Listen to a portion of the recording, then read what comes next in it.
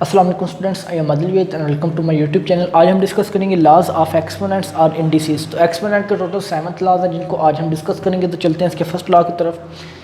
First law में कहते हैं A raise to power M multiply by A raise to power N is equal to A raise to power M plus N. कहता है जब दो एक जैसी वैल्यूज़ आपस में मल्टीप्लाई हो रही होती हैं तो उन दोनों की पावर्स को आपस में ऐड कर देते हैं। अब देखो ये भी ए है ये भी है, दो ए आपस में मल्टीप्लाई हो रहे हैं, दोनों को एक दफ़ा लिखो, इनकी पावर्स को आपस में ऐड कर दो M plus N. For example 5 raise to power 2 multiply by 5 raise to power 3।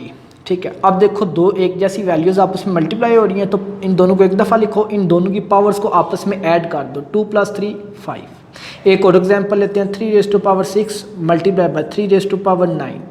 दो एक जैसी वैल्यूज़ मल्टीप्लाई हो रही हैं, एक दफ़ा लिखो, इन दोनों की पावर्स को आपस में ऐड कर दो, 6 + 9 15।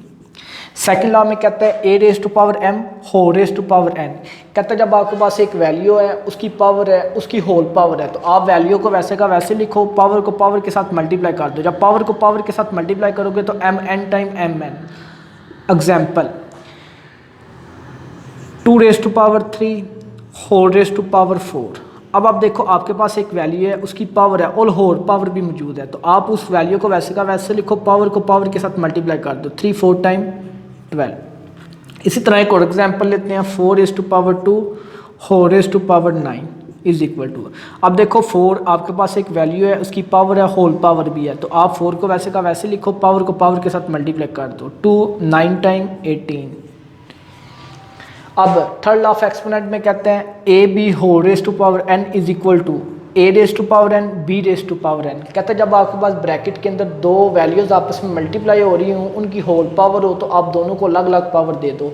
अब A raise to power A B whole raise to power N है, तो ए को अलग पावर दे दो एन, और बी को अलग पावर दे दो एन। इस तरह A raise to power N B raise to power N. Example 5 multiply by 2 whole raise to power 3। अब आप देखो ब्रैकेट के अंदर दो वैल्यूज मल्टीप्लाई हो रही हैं, इनकी होल पावर 3, आप दोनों को अलग अलग पावर दे दो, 5 को भी अलग पावर दे दो 3 मल्टीप्लाई बाई 2 को भी अलग पावर दे दो 3। एक और एग्जांपल लेते हैं 4 multiply by 9 whole raise to power -2। अब हम देखो ब्रैकेट के अंदर दो वैल्यूज मल्टीप्लाई हो रही हैं, इनकी होल पावर -2 है, आप दोनों को अलग अलग पावर दे दो, 4 को भी अलग पावर दे दो -2 मल्टीप्लाई बाई 9 को भी अलग पावर दे दो -2।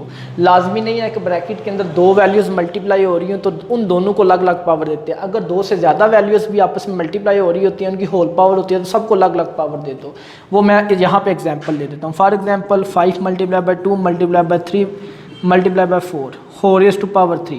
अब देखो ब्रैकेट के अंदर अगर चार वैल्यूज़ भी आपस में मल्टीप्लाई हो रही होती हैं ना, तो उनकी जो होल पावर होती है चारों को अलग अलग पावर दे दो। 5 raise to power 3 multiply by 2 raise to power 3 multiply by 3 raise to power 3 multiply by 4 raise to power 3।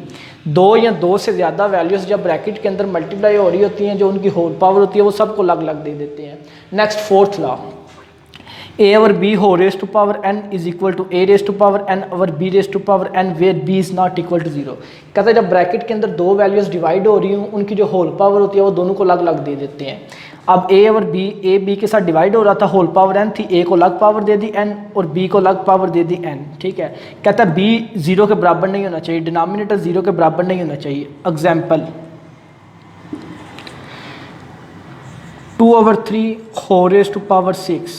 अब आप देखो ब्रैकेट के अंदर दो वैल्यूज डिवाइड हो रही हैं, होल पावर है, आप दोनों को अलग अलग पावर दे दो, 2 को भी अलग पावर 6 दे दो और 3 को भी अलग पावर 6 दे दो। 9 over 4 whole raise to power -6। अब दो वैल्यूज डिवाइड हो रही हैं ब्रैकेट के अंदर, होल पावर -6, आप दोनों को अलग अलग पावर दे दो, 9 को भी अलग पावर -6 दे दो और 4 को भी अलग पावर -6 दे दो। नेक्स्ट फिफ्थ लॉ में कहता है A raise to power M over A raise to power N is equal to A raise to power M minus N where A is not equal to 0। कहता है जब दो एक जैसी वैल्यूज आपस में डिवाइड हो रही हो तो उनकी पावर को आपस में सबट्रैक्ट कर लेते हैं। अब देखो ए से डिवाइड हो रहा था, एक दफ़ा लिखा, इन दोनों की पावर एम और एन को आपस में सबट्रैक्ट कर दिया, डिनोमिनेटर की पावर को पहले माइनस डिनोमिनेटर की पावर को बाद में। जब दो एक जैसी वैल्यूज आपस में मल्टीप्लाई हो रही होती हैं, उनकी पावर को आपस में ऐड कर लेते हैं। जब दो एक जैसी वैल्यूज आपस में डिवाइड हो रही होती हैं, उनकी पावर को आपस में सबट्रैक्ट कर लेते हैं। Where A is not equal to 0, कहता है डिनोमिनेटर a 0 के बराबर नहीं होना चाहिए। For example 2 raise to power 6 over 2⁻3। अब देखो दो एक जैसी वैल्यू डिवाइड हो रही हैं, इन दोनों को एक दफ़ा लिखो और इनकी पावर्स को आपस में सब्ट्रैक्ट कर लो। 6 नॉमिनेटर वाली पावर पहले माइनस डिनोमिनेटर वाली पावर 3 बाद में। एक और एग्जांपल लेते हैं 5⁻7 अवर 5⁻2।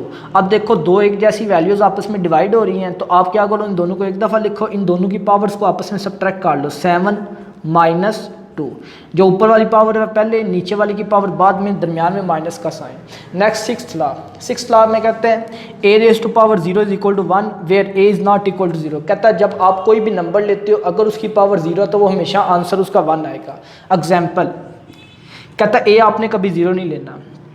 7⁻0 किसी की भी पावर 0 तो 1 के बराबर होती है। 1000 की पावर 0 लेते हो तब भी 1, ठीक है। -10 की पावर 0 लेते हो तब भी 1।